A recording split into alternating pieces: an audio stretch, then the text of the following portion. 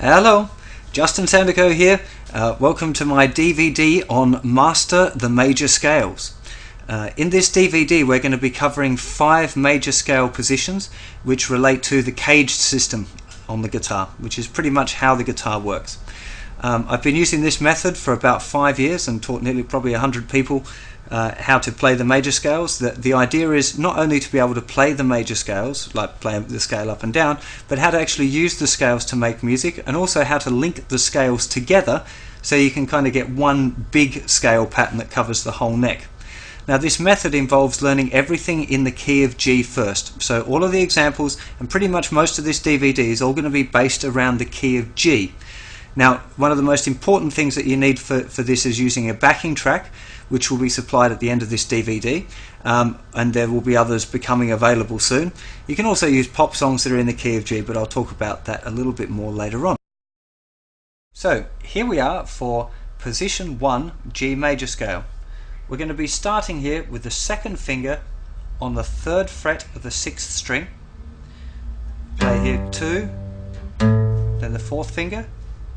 On the next string, 1st finger, 2nd finger, 4th finger, onto the 4th string, 1st finger, 3rd finger, 4th finger, over onto the 3rd string, 1st, 3rd, 4th. On the next string, starts with the 2nd finger, which is a little bit weird, but you'll get used to it.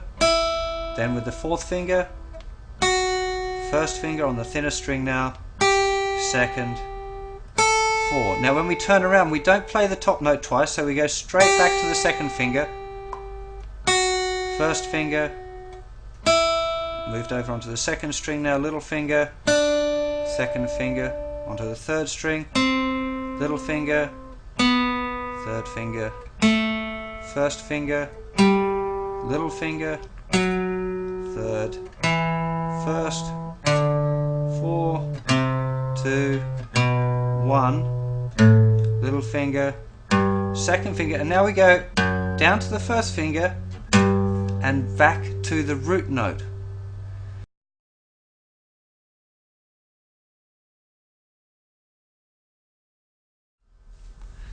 As I mentioned earlier, it's very important that you're aware of where the chord tones are around the scale shape. This is for later on when you want to start moving the key. If you're aware of the chord tones around the root note, makes it a lot easier to see the shapes and to know where to move your scale position to.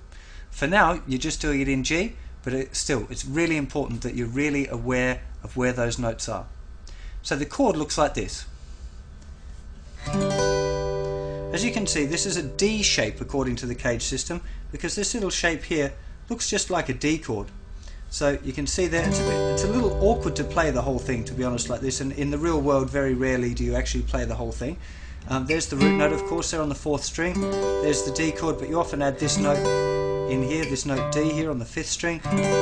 Sometimes you add this note here as well, the B on the bottom, and play the chord that way. But the notes, the key chord tones, are such. So when you were playing the scale, it would be chord tone, chord tone, chord tone, chord tone, chord tone, chord tone, chord tone, chord tone, chord tone, chord tone, chord tone, chord tone, chord tone, finish on the root.